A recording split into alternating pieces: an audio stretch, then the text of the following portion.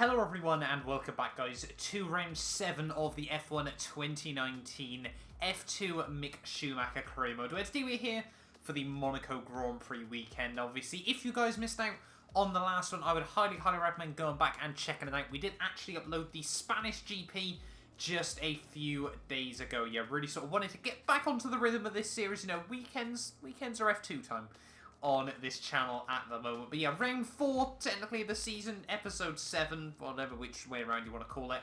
I am really looking forward to jumping into this weekend. Obviously, recently, the F2 career mode and the Haas Road to Glory career mode have kind of lined up. So yeah, hopefully, whether that'll give us some advantage, we will wait and see. But yeah, let's jump on then. It's time for the Monaco Grand Prix. Let's kick this off with quali.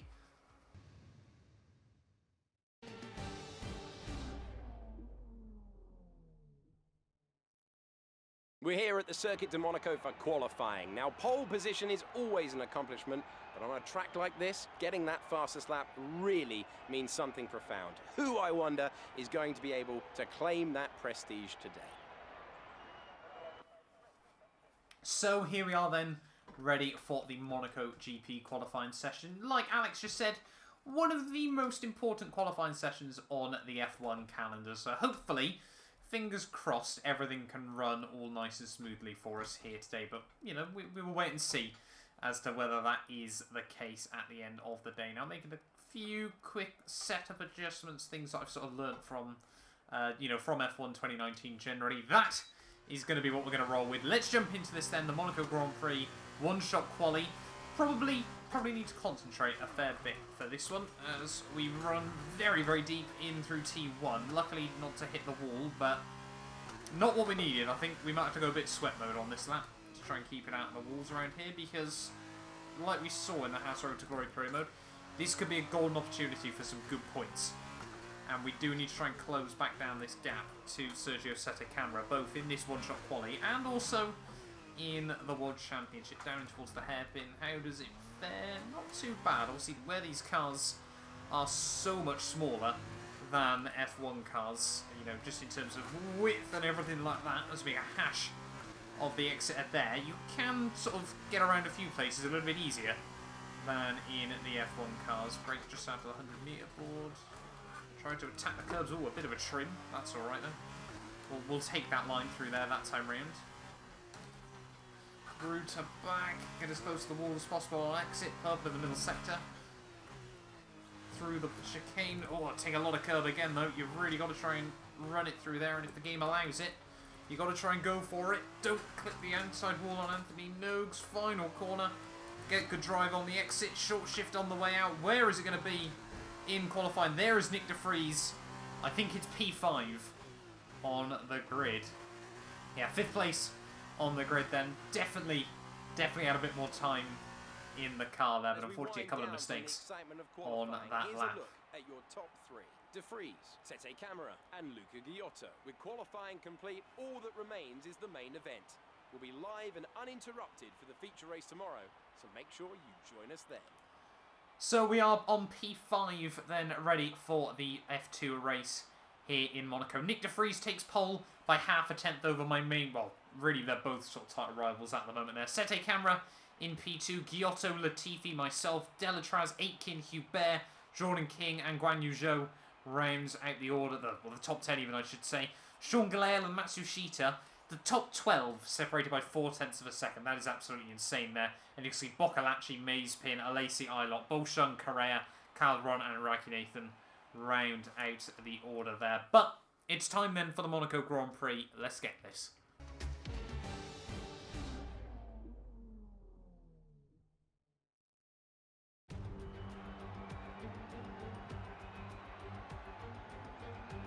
Welcome to one of, if not the most iconic race circuit in Formula 2. A track with absolutely no room for error, a track that requires every bit of skill these young drivers can muster. We're getting ready for lights out here in Monte Carlo. The Circuit de Monaco is, for all practical purposes, pretty much unchanged since its 1929 introduction. It's strange to consider that this 2.1-mile lap will take the drivers here around almost an entire country. 19 corners, but not that many opportunities for overtaking. Instead, this is a track that rewards technical skill. Joining me for the race today, I'm delighted to welcome back to the commentary box the 2012 GP2 champion, Davide Valsecchi. Davide, it's great to have you with us for today's race. Any tips for our drivers out on the track today? It's a real pleasure to be here, Alex. We are in for a spectacular day in Formula 2. My advice is to stay calm, look after the car, look after the tires, but don't be afraid to push when you see an opportunity. Using the DRS on some of those long straights will be crucial for the driver looking to make a challenge. So before the off, let's remind ourselves of yesterday's results with a look at the starting grid. Nick de Vries starts from pole position today, with Sergio Sette Camara alongside. Looking down the rest of the grid, we have Giotto, Latifi, Mick, Schumacher, and Delatraz, Aitken, Hubert, King, Guan Yu Zhou, Galeo, Matsushita, Dorian Boccolacci, and Mazepin, Alesi, Ilott, Boschon, and Juan Manuel Correa. Calderon and Mahavir Raghunathan starts from the back of the grid. And with lights out just moments away, it's time to go down to the track.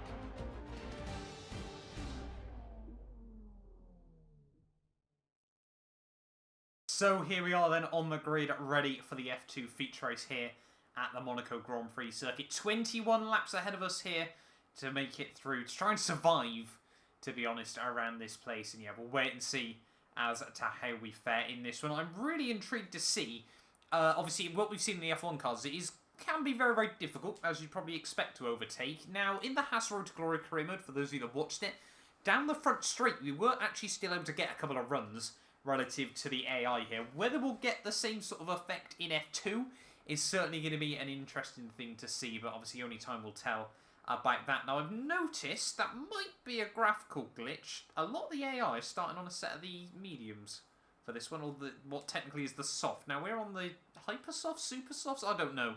Let's have a look, actually. This is probably helpful. Yeah, so we're on the super softs. You can change the tyres. Not too sure what that's all about. I think we'll just go aggressive. We'll stick on the strat that we've got. Didn't know you could do that. I might now have Parc Fermé enabled properly. But anyway, let's jump into this then.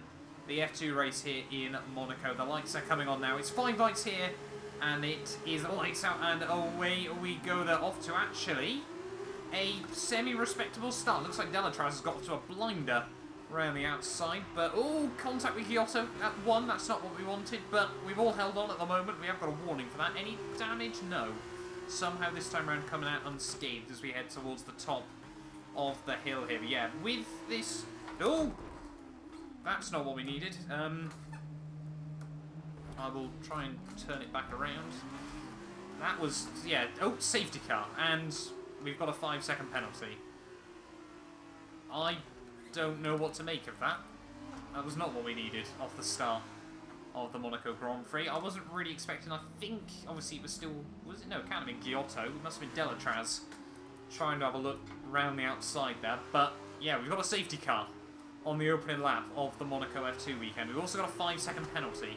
Didn't really feel there was much we could do about that. So we are going to play it bold, and we're going to try and go to the end. So, yeah, we might be taking a bit of a gamble in this Grand Prix to see if this will work out for us, but we're going to pit onto a set of... Oh, we got a 5-second stop-go. That works out quite nicely, in all honesty. We'll take that under the safety car. I don't think that's meant to happen. Yeah, I guess, I don't know. Did we get... I don't know what's happened there, in all honesty. We have picked up a tiny bit of front wing damage as well. That's alright, though. So, I don't know, can we check on Race Director? Ooh, as we take an interesting line out of the pits. Can we check Race Director to see if we've served it? We've got a 5-second time penalty. There are actually a couple of 5-second time penalties coming in there. I think we've served it, though. I hope we have. Look at that, Sean Galale. Up into P3. Oh, sorry, P6 even. I think we've served it. I hope we've served it. Although I might be wrong. It definitely seemed like the AI were just sort of waiting there for me. Or the pit crew anyway. But back out now onto the track. We're looking to try and go to the end of the Monaco Grand Prix. We're going to be obviously a bit of a way off the leaders. But considering the time we'd lost under the spin anyway, that probably hasn't actually...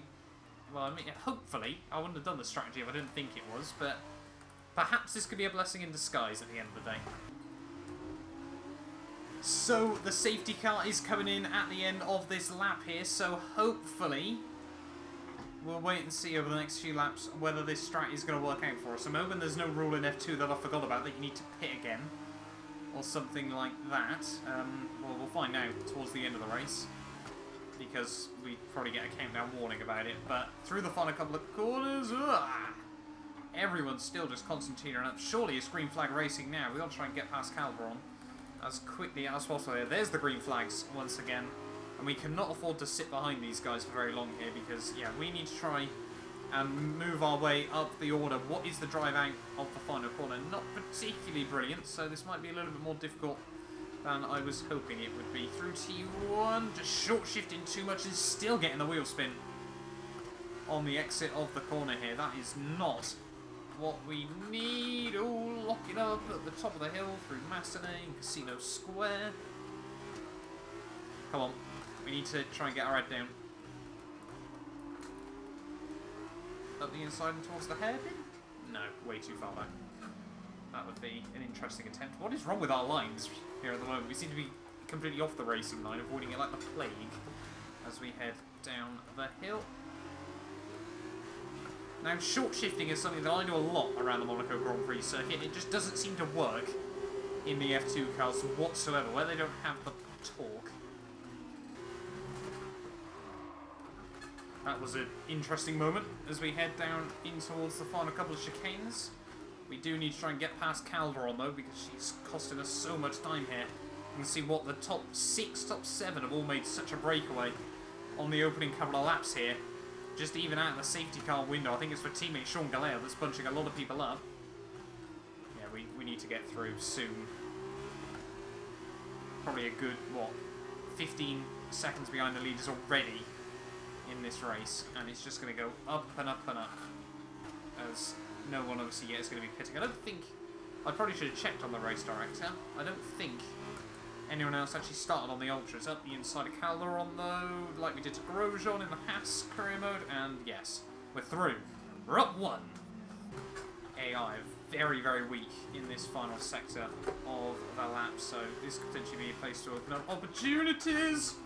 Wasn't what I was intending, but I'll take it. Playing an aggressive overtaking strat around here. Obviously, this was the race in real life. I'm pretty certain there was chaos because half the field ended up a lap down or something, and no one really knew what was happening. Look at how slow the AI are when they bunch up, though. Up the inside of a Lacey. Certainly proving you can overtake at Monaco. Be careful though with the wheel spin. Obviously these tyres are meant to go to the end. Obviously we haven't really got fresher rubber than anyone else, but obviously I'm just trying to get these right the way through, and obviously no one else can. Let's try and stick close to Beauchamp though, see if we can open up a move potentially in the final sector. Just throwing this whole sector, the AI, I think obviously they're still running pretty default setups. Just don't have the downforce. Look at that again, just how close we are. A little less wheel-to-wheel contact that time. And up into P16 still. AI still just rated so early. Can we go for something on Correa? Let's find out. Bit of a fishtail on the way in.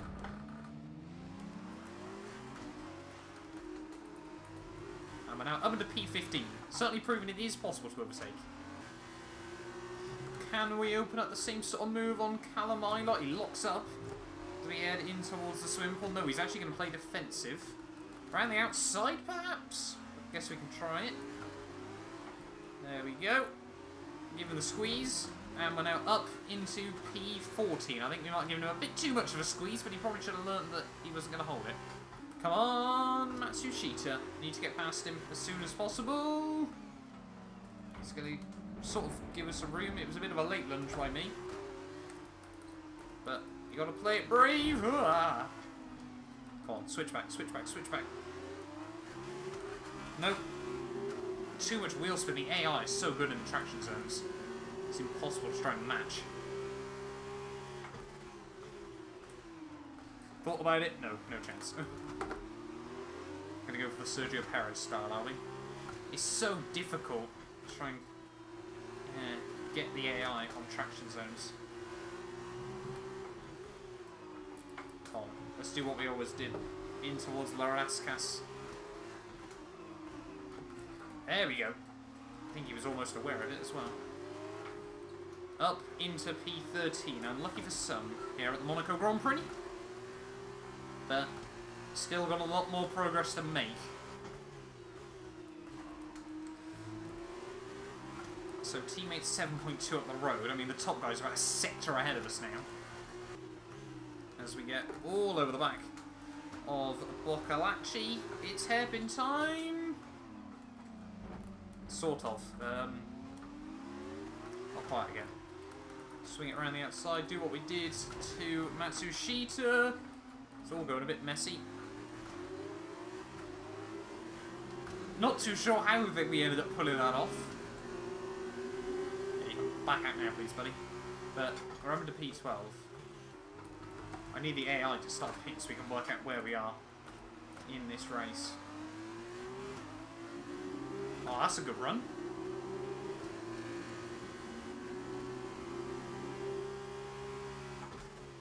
Oh, May's been early on the brakes as well.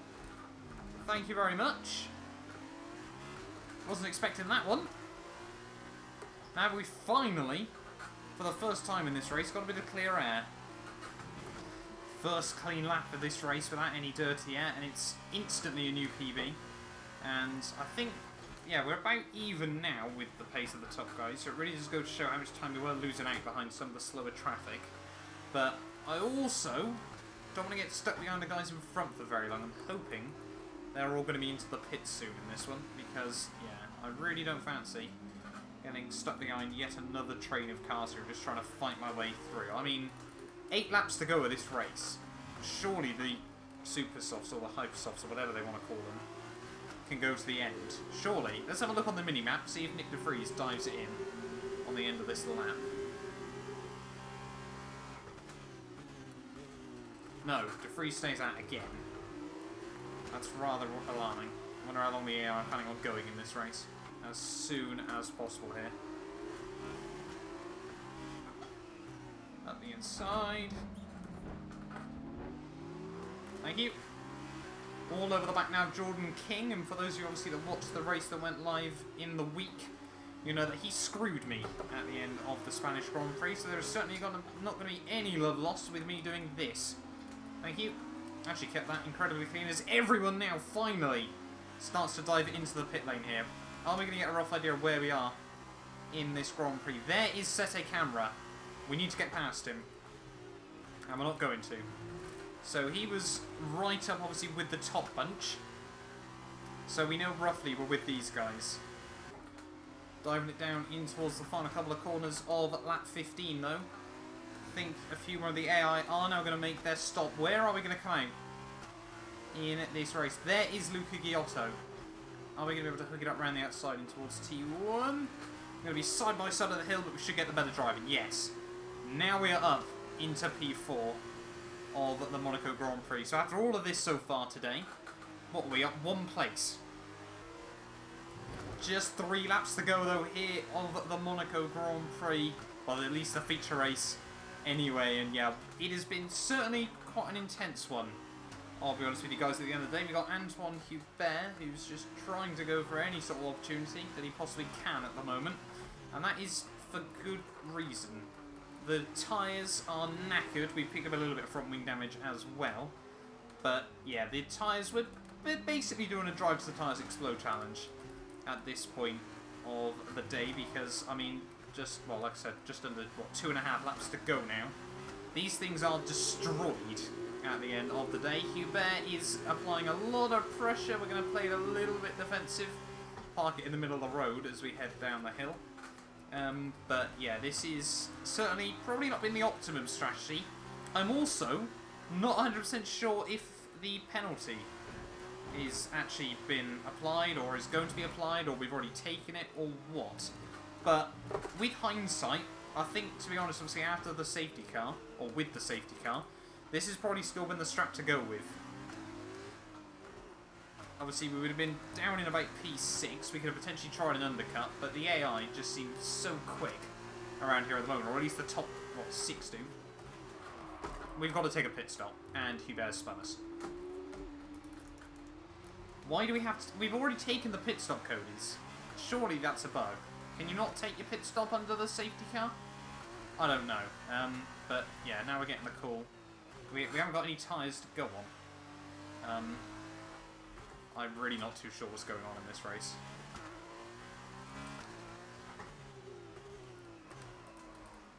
So perhaps the strap wasn't the way to go then. I'm completely lost, as I have been for the last 4 rounds of this series. I have no idea what to know, what to expect, anything like that. But we're going to have to dive into the pits on the end of this lap, onto a fresh set of these super soft tyres. We took them! We used them!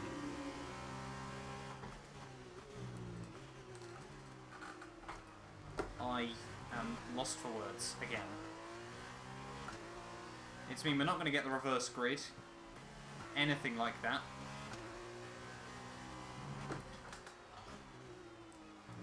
Jeff hasn't come on the radio to say anything that we need to pit, but we're going to get DQ'd otherwise, because the game's already come up with the warning.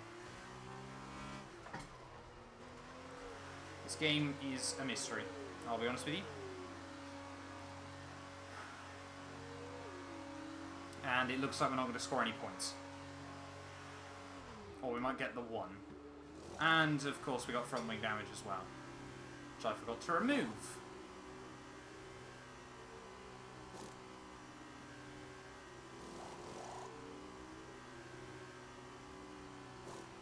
Come on! And we're down in another train of cars. Wonderful. Thank you, Cody's. Are we seriously going to have 3 terrible results in a row in this career mode? Our Monaco Grand Prix has basically been written off through a strat that I wasn't even aware we couldn't do.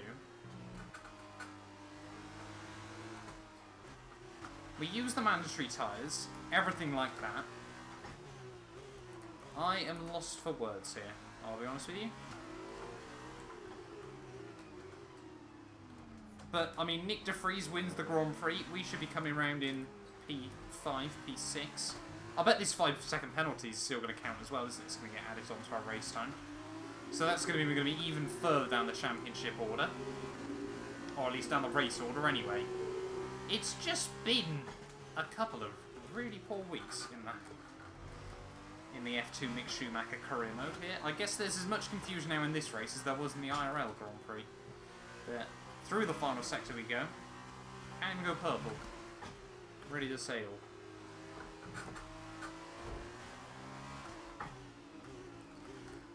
Through Raskas one final time. It's going to be P16 on the road. Where it's actually going to be, I will never know. We'll wait and see. In before the 5-second pen hasn't counted. I don't know. P16 at the end of the day there. And a lot of confusion, to say the least. So as they climb out of the car, the ART team are ready and waiting to celebrate a thoroughly deserved win.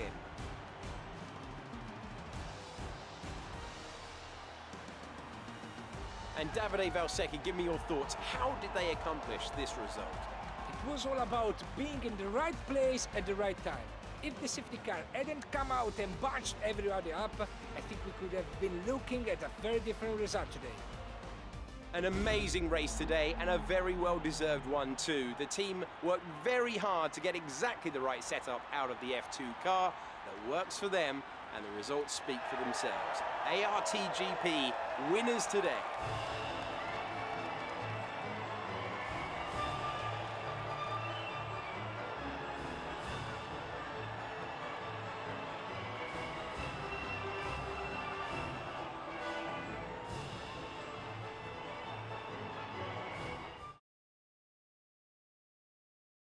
And now, let's take a look at the driver's standings. The gap at the top of the championship has been cut down after a difficult race for our championship leader. Now then, Davide Valsecchi, who would you say was your driver of the day? It's a difficult call, but I take Juan Manuel Correa. He was just better than everyone else in treating the tires. He could serve it till the end. He made the difference. On to the teams then. Dams move further ahead at the top of the standings. Meanwhile, a strong weekend from ART this time out, and they improved their position in the championship. Goodbye for now then, but we really are just getting started. Make sure you join us again for Lights Out tomorrow. Well, there we are then. That is the end of the F2 sprint race. Really, still not sure whether we picked the right strat or not. I don't know at the end of the day. I feel we would have got disqualified. Let me know in the comments if I've just been an idiot or something like that. Because, yeah, honestly, at the end of the day, I am very, very confused at the end of that one. But that means that in tomorrow's sprint race, we have certainly got nothing to lose, everything to play for at the end of the day. But it is Nick de Vries who takes home yet another win in the championship there, and the fastest lap means that he got a full 27. Means he's taken a lot of points out of Sete Camera so far this weekend. Latifi in third, Hubert in fourth, Giotto, Jordan King, Delatraz, Aiken, Zhou, and Galea there round out the point scorers ahead of Boccolacci, Matsushita, Correa, Alesi, Bolsha, myself, Mazepin, Calderon, Raiki Nathan, and Ilot. In terms of the standings, you can see we drop all the way down now to 5th place overall, 43 back from Sete Camera here. We certainly need a bit of resurgence of form as we head. I think next weekend will be the French Grand Prix. So yeah, we certainly need a resurgence of form as we head into that one there.